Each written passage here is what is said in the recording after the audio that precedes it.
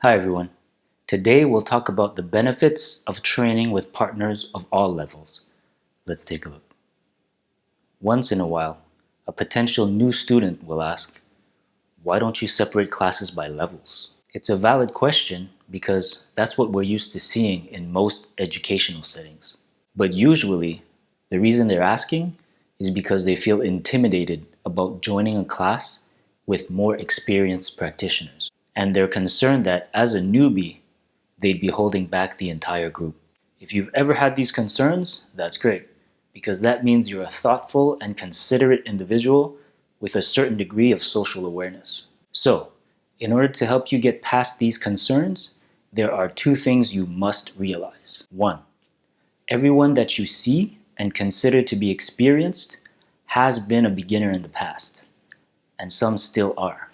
And two, joining an entire class of beginners is actually not what you want, because as far as the practice of Wing Chun is concerned, an entire group of beginners would be like the blind leading the blind. When you practice Wing Chun, it's a good idea to train with partners of all levels. And this doesn't only apply to beginners. It applies to practitioners of all levels. For the sake of simplicity, let's group your Si Hing Tai into three general categories. They are those who have more experience than you, those who have roughly the same experience as you, and those who have less experience than you. So how can training with partners of each of these categories benefit you? Training with those who have more experience than you is beneficial because they can help you understand what you're doing and why you're doing it.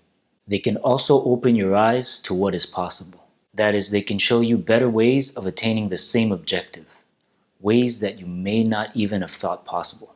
Training with those who have roughly the same experience as you is beneficial because it can give you an idea of the parts of your game that have improved since the last time you've trained with them, and the parts of your game that might require more attention. Training with those who have less experience than you is beneficial because it provides you with a great opportunity to clean up your technique and begin applying techniques you've just recently learned or the ones you have most difficulty with. Also, by answering questions and helping others gain a deeper understanding of the system, you yourself will also gain a deeper understanding of the system. As you can see, each type of partnership offers its own advantages, and the more that you're able to train with partners of different levels within the group, the more your Wing Chun will improve. That, of course, greatly depends on whether or not those whom you wish to train with also want to train with you. And whether or not they do does not merely depend on your level of technical ability or your general understanding of the system. Those are only part of the equation. The other part of the equation has to do with your level of social awareness and your understanding of martial etiquette.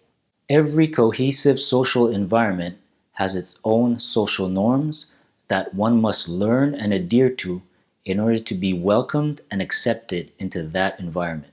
Social norms differ depending on the kind of people you're with, the group's values and beliefs, its history and culture, the type of activities it's involved with, the purpose of the activity, the time and space, etc. Martial arts schools are no different. Each school has its own school culture with its own set of rules and etiquette guidelines that one must learn in order to have a chance of thriving in that environment. These sets of written and often unwritten rules exist in order to ensure that the process of learning is productive and enjoyable for everyone in that particular group. If those in the group generally find that having you around is enjoyable and productive, you will have many opportunities to continue to learn and grow. If not, well then you're fresh out of luck. A few examples of behaviors to avoid if you don't want to end up being unlucky are causing injuries to your training partners that are easily preventable, becoming unpleasant to be around whenever a training session doesn't go your way, or gloating whenever it does, not following the rules and instructions or making up your own, believing you're entitled to some special treatment for whatever reason, keeping training tips to yourself and not genuinely helping your training partners to get better, saying things or acting in ways that are considered inappropriate, rude, or impolite. And the list goes on. Training martial arts with others is never just about training martial techniques. There are many subtle and not so subtle behaviors that you need to avoid, as well as those you need to practice if you want to remain within the group's good graces. If you're wise, in the same way that you take time to reflect on a technique that you've just learned, you will also take some time to reflect on your interactions and on whether they have a positive or negative impact on everyone.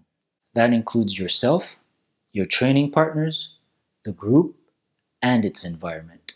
When you will put as much effort into understanding and displaying proper martial etiquette as you do on trying to develop good martial skill, that's when you'll begin to realize the benefits of what it means to be a true martial artist. If you'd like to see more videos like this one, remember to give it a thumbs up. And until next time, train well, and thanks for watching.